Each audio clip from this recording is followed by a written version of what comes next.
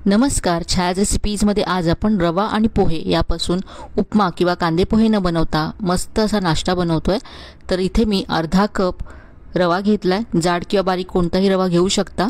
या कपाने इथे मी सगळं साहित्य मोजून घेणार आहे। तुम्ही घरातली एखादी वाटी सेट करा आणि तिने इथे साहित्य मोजून घेतलं तरी चालेल। आता यामध्ये अर्धा कप सुरुवातीला पाणी घातलंय, रवा भिजवून घ्यायचा आहे। इथे आणखी पाणी लागेल, तर इथे मी आता आणखी अर्धा कप पाणी इथे घेतलंय। तर आतापर्यंत यामध्ये मी अर्धा कप रवा घेतला आणि त्यामध्ये 1 कप पाणी घातलं।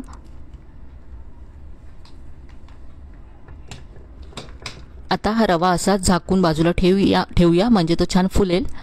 यानंतर इथे मी दुसऱ्या बाउलमध्ये अर्धा कप पोहे घेतलेत। इथे सुद्धा जाड किंवा पातळ कोणतेही पोहे तुम्ही घेऊ शकता। आता पोहे 2 ते 3 वेळा स्वच्छ धुवून घेतले। यानंतर यातलं सगळं पाणी काढून टाकलं। यानंतर यामध्ये पोहे भिजतील इतकं पाणी घालायचं, साधारण पाव कप पाणी यामध्ये घालून पोहे आपल्याला असेच भिजत ठेवायचे आहेत। तर यावरती सुद्धा झाकण ठेवूया आणि पोहे बाजूला ठेवूया। रवा आणि पोहे दोन्ही छान भिजतायत, तोपर्यंत आपण डोस्यावरती पसरवण्यासाठी चटणी तयार करूया। तर आज आपण झटपट असा डोसा बनवतोय। डोस्यावरती पसरवण्यासाठी लाल चटणी बनवण्यासाठी इथे मी आता तडका पॅन गॅसवरती गरम करत ठेवलाय। यामध्ये 1 चमचा तेल घातलं। तेल गरम झाल्यानंतर अर्धा चमचा जिरं घातलंय। जिरं तडतडल्यानंतर इथे लसूण घालायचे। इथे भरपूर लसूण घेतले, मी साधारण 10 ते 12 पाकळ्या लसूण घेतले। यामध्येच आता लाल मिरच्या घालायच्या आहेत। तर इथे मी बेडगी मिरची घेतली, 2 ते 3 मिरच्या मी तुकडे करून यामध्ये घातल्यात। तर या मिरच्यांमुळे आपली चटणी तिखट सुद्धा होईल आणि रंग सुद्धा खूप छान येईल। सगळं छान परतून घ्यायचं आहे। तर हे 2 मिनिटं परतल्यानंतर मी गॅस बंद केला आणि हे मिक्सरच्या भांड्यामध्ये काढून घेतलं। यानंतर यामध्ये 1 चमचा भाजलेली चण्याची डाळ घालायची आहे। चवीप्रमाणे मीठ घालायचे आणि आता थोडंसं पाणी घालून ही चटणी वाटून घ्यायची आहे। जास्त पाणी घालायचं नाही आहे, आपल्याला ही घट्टसर चटणी हवी आहे। तर पाहू शकता रंग अगदी मस्त आलाय चटणीला। तर ही आपली लसणाची चटणी तयार आहे। आता आपण खोबऱ्याची हिरवी चटणी बनवूया। इथे मिक्सरचं भांडं घेतलं, यामध्ये 1 वाटी मी किसलेलं ओलं खोबरं घालते। यानंतर यामध्ये 1 चमचा भाजलेली चण्याची डाळ घालायची आहे। 2 हिरव्या मिरच्या घातल्यात। यानंतर थोडंसं आलं घातलंय। चिंच घालायचे, आंबटपणासाठी तुम्ही 1 चमचा लिंबाचा रस घालू शकता चिंचेऐवजी। थोडीशी कोथिंबीर घातली। यानंतर चवीप्रमाणे मीठ घातलं आणि आता पाणी घालून ही चटणी वाटून घ्यायची आहे। चटणी इथे मी वाटून घेतली। आता चटणीवर घालण्यासाठी फोडणी तयार करूया। तर इथे फोडणीसाठी मी तडका पॅन गॅसवरती गरम करत ठेवला होता। यामध्ये 1 चमचा तेल घालायचं आहे। तेल गरम झालं की पाव चमचा मोहरी घातली। यानंतर थोडासा कढीपत्ता घातला। अर्धा चमचा यामध्ये उडदाची डाळ घातली। डाळीचा रंग किंचित बदलेपर्यंत याला परतून घेतला। यानंतर यामध्ये 1 लाल मिरची घातली तुकडे करून। ही फोडणी तयार आहे। ही तयार फोडणी आता आपण चटणीवरती घालूया। तर डोस्याबरोबर खाण्यासाठी ही आपली साऊथ इंडियन स्टाईलची खोबऱ्याची चटणी तयार आहे।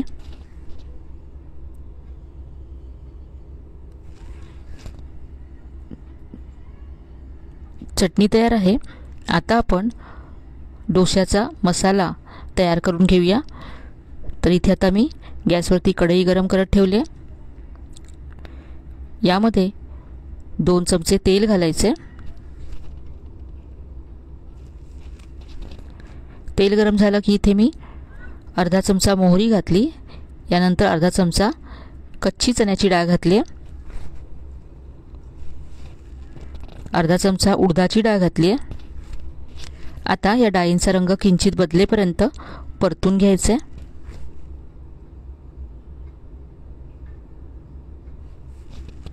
डाळींचा रंग किंचित बदलल्यानंतर यामध्ये कढीपत्ता घालायचा आहे। तर इथे 7 ते 8 कढीपत्त्याची पानं घातली, यानंतर हिरव्या मिरच्या अशा लांब चिरून घातल्या, त्यामध्ये किसलेलं आलं घातलं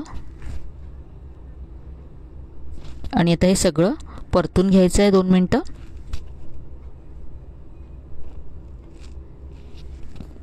यामध्ये मी पाव चमचा हिंग घातलाय।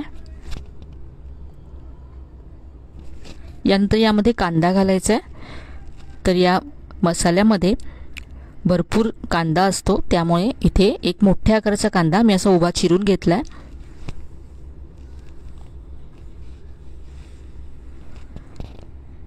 कांदा सॉफ्ट होण्यासाठी यामध्ये मी चवीप्रमाणे मीठ घातलं आणि आता कांदा सॉफ्ट होईपर्यंत परतून घ्यायचा आहे। कांदा इथे आपल्याला ब्राऊन करायचा नाहीये। तर इथे कांदा सॉफ्ट झालाय। आता यामध्ये पाव चमचा हळद घालायची आहे।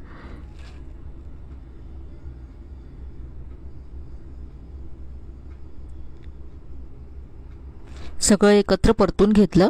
आता यामध्ये बटाटे घालायचे। तर इथे मी 3 मध्यम आकाराचे बटाटे शिजवून सोलून कुस्करून ठेवले होते, ते यामध्ये घातले। आपण मसाला डोसाचा मसाला बनवतोय।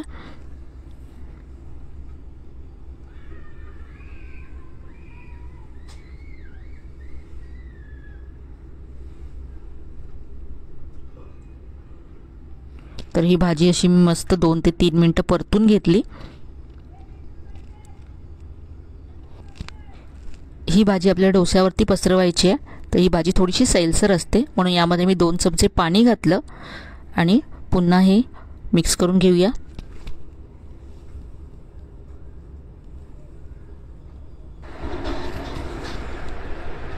ही भाजी तयार आहे। आता यावरती बारीक चिरलेली कोथिंबीर घालायची आहे, मिक्स करून घेऊया।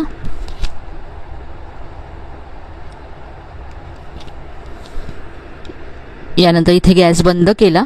आता यामध्ये 1 चमचा लिंबाचा रस घालायचा आहे। इथे गॅस बंद केल्यानंतरच आपल्याला लिंबाचा रस घालायचा आहे। हा आपला मसाला डोसाचा मसाला तयार आहे। आता आपण डोसे बनवूया। तर इथे आपण जे पोहे आणि रवा भिजत ठेवलं होतं, दोन्ही छान भिजलं गेलं। पोहे सुद्धा सॉफ्ट झालेत आणि रवा सुद्धा फुललाय। आता आपल्याला हे मिक्सरला बारीक करून घ्यायचं आहे। तिथे मिक्सरचं भांडं घेतलंय, यामध्ये मी पोहे काढून घेते।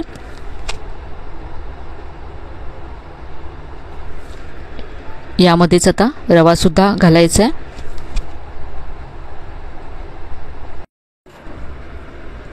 यामध्ये आता मी 1 कप तांदळाचं पीठ घालते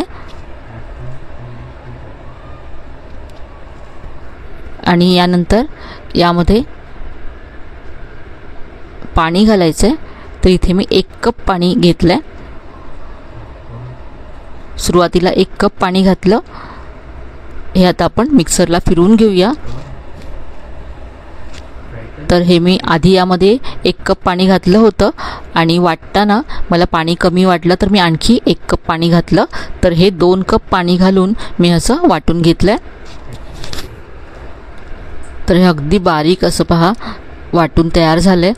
पोहे सुद्धा अगदी बारीक झालेत। हे आता मिश्रण आपण एका बाउलमध्ये काढून घेऊया। मिक्सरच्या भांड्यामध्ये थोडंसं पाणी घालून ते सुद्धा यामध्ये मी काढून घेतलं। तर हे पहा असं आहे।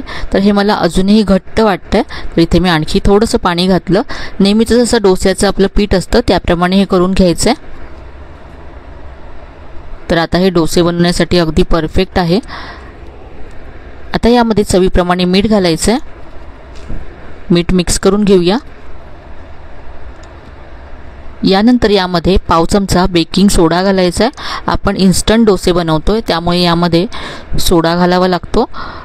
आणि यानंतर सोड्यावरती 2 चमचे लिंबाचा रस घातला आहे। यामध्ये आपण दही वापरलेलं नाही आहे, त्यामुळे आपण इथे 2 चमचे लिंबाचा रस वापरतो आहे। तर यामुळे किंचित आंबटसर चवसुद्धा येईल डोस्याला। आणि त्याचबरोबर लिंबाचा रस आणि सोड्यामुळे इन्स्टंट फर्मेंटेशनसुद्धा होईल। तर इथे मी तवा कडकडीत असा गरम करून घेतला। यानंतर थोडंसं तेल लावून घेतलं आणि वरचा भाग तव्याचा थंड होण्यासाठी थोडंसं पाणी शिंपडलं आणि गॅसची फ्लेम मीडियम करून सेंटरला असं 1 ते 1.5 चमचा पीठ घालून हा डोसा असा पसरवून घेतला। अगदी मस्त कुरकुरीत असा डोसा तयार होतो या रेसिपीने। वरची बाजू ड्राय झाल्यानंतर तेल, तूप किंवा बटर लावून घ्यायचं आहे। तर इथे मी बटर लावते।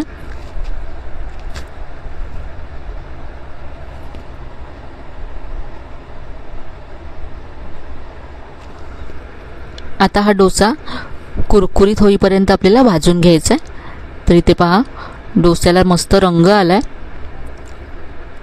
काढून घेऊया डोसा।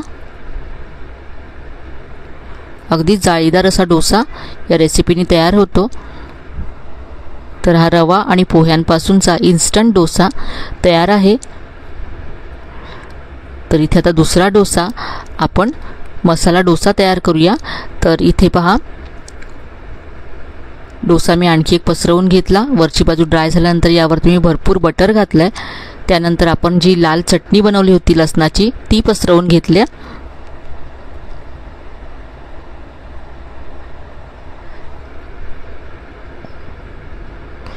आता यावरती आपण जो बटाट्याचा मसाला बनवला तो पसरवायचा आहे।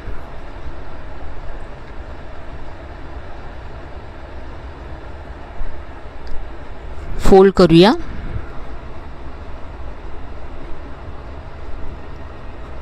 तर हा आपला मसाला डोसा सुद्धा तयार आहे।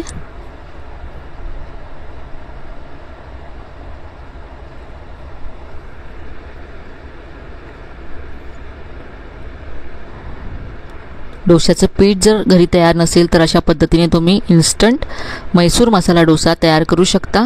अगदी क्रिस्पी असे हे डोसे तयार होतात, जाळीदार होतात। तर आजची रेसिपी तुम्हाला नक्कीच आवडली असेल। रेसिपी कशी वाटली कमेंटमध्ये कळवायला विसरू नका। रेसिपी आवडली असेल तर व्हिडिओला लाईक करा, शेअर करा।